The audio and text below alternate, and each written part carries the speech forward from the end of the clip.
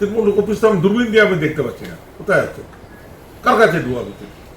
উপর মহলে কেউ নেই, মমতা নাই, অভিষেক ব্যানার্জি, এদের হিস্ট্রিতে সবাই জানে কিভাবে আজকে তারা এই বাংলাটাকে আজকে অবরুদ্ধ করার চেষ্টা করছে। আজকে বাংলাটাকে ওরা জিতলে এটা বাংলাদেশের সাথে মিল করে দিত, আমরা বাংলাদেশে আমাদের নাম পরিবর্তন করতে হতো। দাদা এতদিন পর কেন এই কথাগুলো বলছেন? সময় ছিল না কথা বলার, মানুষ অনেক সময়। তখন কি কোনো চাপে ছিলেন? চাপে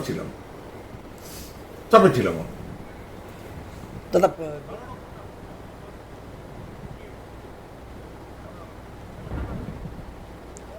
তৃণমূলের পদ ও প্রতীক ছেড়ে নির্দল থাকার ঘোষণা কোচবিহার পৌরসভার প্রাক্তন পৌরপ্রধান ভূষণ সিংয়ের। বিশ্ব হিন্দু পরিষদের সঙ্গে যুক্ত হওয়ার ইচ্ছা প্রকাশ। কোচবিহারে এক সাংবাদিক বৈঠকে তৃণমূল কংগ্রেসের পদ ও দলীয় প্রতীক ছেড়ে নির্দল হিসেবে থাকার ঘোষণা করলেন ভূষণ সিং।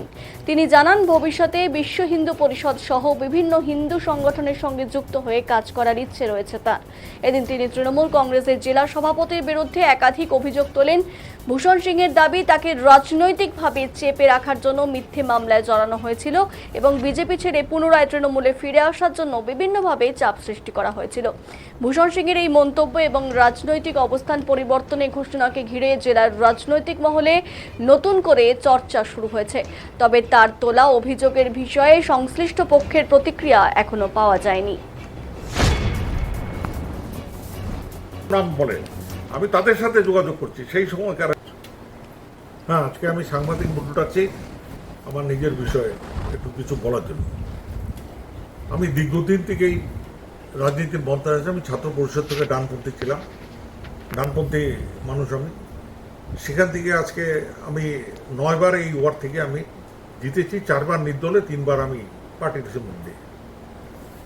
তো এমতো অবস্থায় আমি এখন যে বিজেপি জিতছে, বিজেপির মধ্যে যে বিশ্ব হিন্দু পরিষদটা আছে, সে একটা সমাজসেবক কাজ হিসেবে আছে। যেমন আমাদের রামকৃষ্ণ আশ্রম, ভারত সেবাশ্রম, এটা একটা সমাজের কাজে থাকে। কিন্তু আমি যেই দলগুলোনে ছিলাম, দলের মাধ্যম দিয়ে আমি রাজনীতিটা করতাম, সেই দলের কাছে সমাজসেবা কিন্তু অন্যের বার্তা দিব, ভালো বার্তা মানুষের কাছে দিব, সেই সুযোগ ছিল না। নালে আমাকে তারা ঘেরাও করতো, নালে আমাকে মারতো, নালে আমাকে নানা রকম টর্চার করতো। এই পরিস্থিতিতে রাজনীতি মমতার কংগ্রেস, সিপিএম এবং তারপরে মমতা সরকার আসার পরে ভাবলাম যে আমাদের ভালো হবে। কিন্তু আমি পরিস্থিতি দেখলাম যে বাঁচার কোনো উপায় নেই। অন্য সরকারের সময় তো চুপ করেছিলাম, কিন্তু মমতা সরকারে আসার পরে আরও যেন চুপ হতে হলো, বাধ্যতামূলক।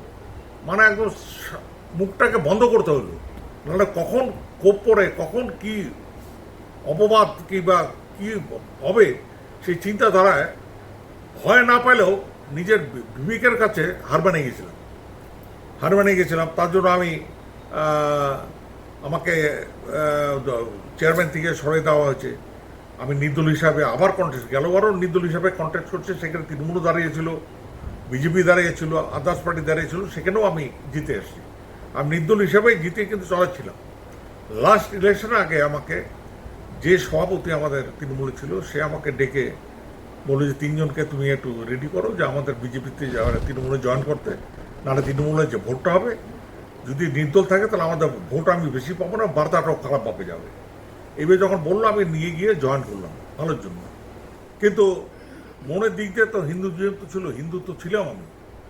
আমরা যে জিনিস দেখেছি মমতার সময়, মানে তৃণমূল সরকারের সময় যে সব দেখে আসছি, যে টর্চার, যেসব জিনিস চলে আসছে, দেখে আসছি যে আমরা আমাদের বাংলা আর বাংলা থাকবে না, বাঙালিরা যে বাঁচতে পারবে না, হিন্দুরা বাঁচার কোনো পথ নাই। এক সময় অনেকে যখন রাইট হয় হিন্দু